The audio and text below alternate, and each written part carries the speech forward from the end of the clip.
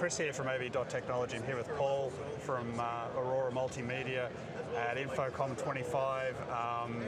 It's stuff's getting real, Paul. Your latest, your ReAX room environment is being displayed, being demonstrated, and people are using it. So I guess, do you want to just sort of give us, for the people at the back of the class, do you want to just the short sort of summary of what we're looking at? Okay, so this is based on our ReAX technology, which stands for action reaction, if anybody wants to know why ReAX. But it was all about the logo. The logo looked cool.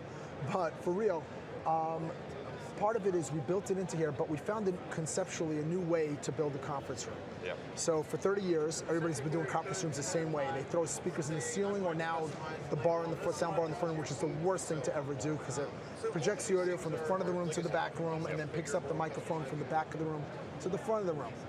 So one day, pondering how are we going to fix this problem. So what we did was we went smaller rather than bigger. So we came up with a 4-inch panel, and we also have a 6-inch version over there. That's new, isn't it? Yeah. And I'm sorry, what? That's new. The 6-inch panel's new? Yes, it is at the show. Yeah, we just made it wider is all we did. Some people wanted a little bit more real estate, but we still kept it low profile because we don't want it in the way of you talking. Because the whole thing is it's the gooseneck without the gooseneck. So we gave it purpose. We put a beam-forming microphone in it. So this thing has 6 microphones in here to create a beam, and that we can control the cone. So right now this is set up to pick up a 90 degree. We can set it for 130 or a 360. And then we put in a speaker, and we built a chamber for it. So this little tiny speaker in this device is the equivalent of a speaker about this big by about that big. So it's very deceiving looking. Sure. And then we can even add on bass expanders as well to give it that more theater-like environment, which is hanging underneath the tables right there. If you look underneath, you got some of those bass speakers hanging out underneath there.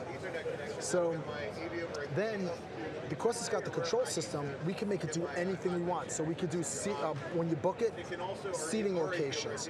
We can make you raise your hand and then send a message to all the other panels. Paul Harris has the floor next.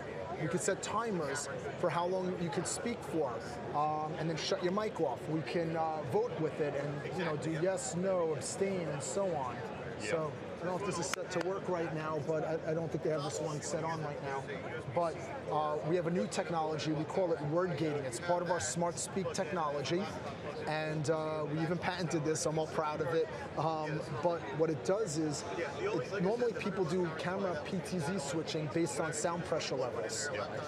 Instead, what we did was we not only looked for the sound pressure level, but we looked for speech intelligibility. So we used the AI engine built inside of it to listen at over 100 different languages so that we know you're really talking. So I could clap, I could cough, I'm not going to do it. But if I say something for X amount of time that I programmed into it, that camera's going to switch.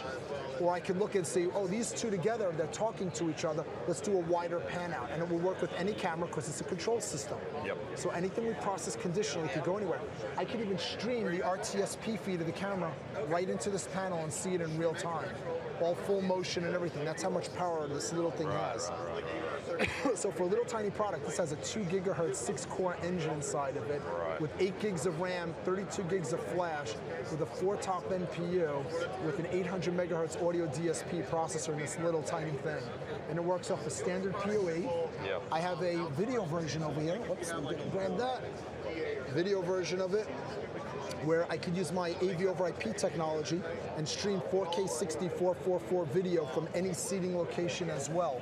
So now normally you're fighting for that 1 or 2 feed coming from the middle of the table. Nope, everybody just plugs in their phone or their laptop and then boom, comes up on the screen, seamlessly switch it, throw it into a window processor, whatever you want to do with it. We're also working on a wireless version as well. That'll be ready by the end of the year, and it's going to also wirelessly transmit the video with almost no lag at all, like some other products have with the wireless transmission styles. Ours will be instant. We already have that technology in our AV over IP products as well. So the video version will work with all our VPX series 1 gig AV over IP.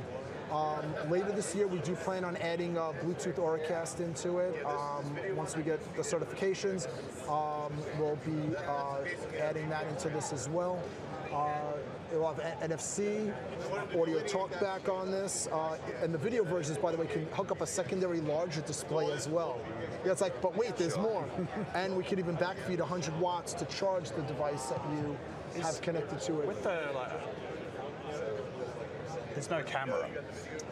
That is a sensor right now. Cameras is for another time. I was going to say, I wouldn't be the first person to ask you that. Nope, you're not. But couldn't you plug a USB camera into that and then feed it into the network? I could do a few things. First off, if that's hooked up to a USB on our VPX, that camera up there, I could backfeed that USB camera through this USB port, extend it into here, and then watch both of them at the same time, and actually have it on my laptop here, and then use my Teams or my my Zoom locally, and now pull that camera into it. Now we do inevitably plan. So you just tested it right there.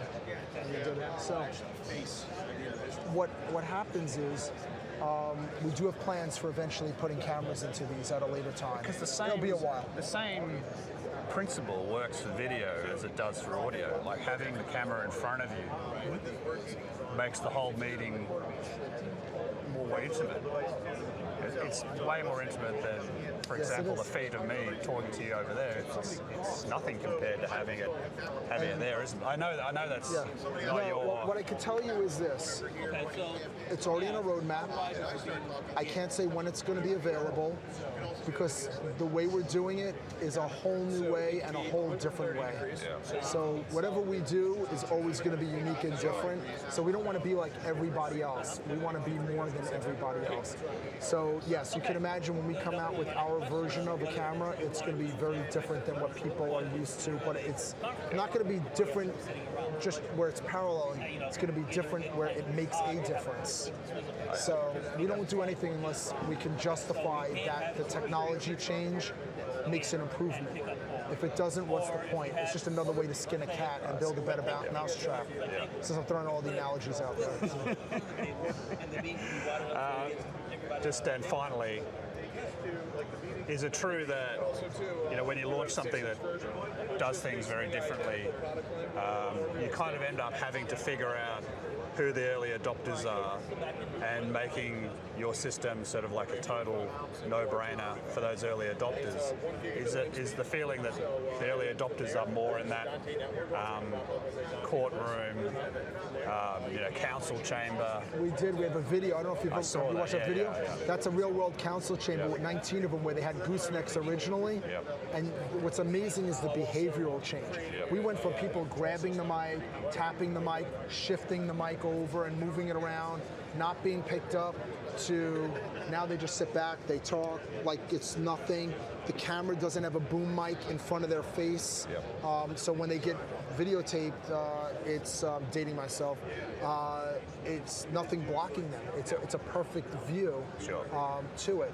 So when you look at the before and respond to this? Do people they've never seen it before? Yeah. People know what a microphone is. Yeah. But there's no sense of how do I participate? So here's the thing, like any other thing, even with a gooseneck microphone, you got to teach people how to use it, how to unmute and mute it, as odd as that may sound. You still got to, because also some people like to use green for on and some people like to use red for on. So, you get, and obviously we can make this any color we want, so it's fully programmable as far as colors go. But aside from that, one, I could put a training video on here. So welcome, this is how you use our system. So you could code this where as soon as the motion sensor sees somebody and if the system just got turned on, it could say, would you like a quick training video on how to use this? Not a problem. I could put a PDF, I could put anything into here actually, really. It could play up to 4K videos on this thing. So you could do a training video if you want right on the panel itself, or I could get more intelligent. This is a really cool thing compared to a gooseneck. I could do SPL meters on here and show that you actually have audio. Or maybe, and you could do this too, you're talking, but you forgot to unmute yourself. I could put a message on the screen saying, hey, you forgot to unmute yourself when you're talking. Or make the LED bar blink to let you know I'm talking, but it's not happening.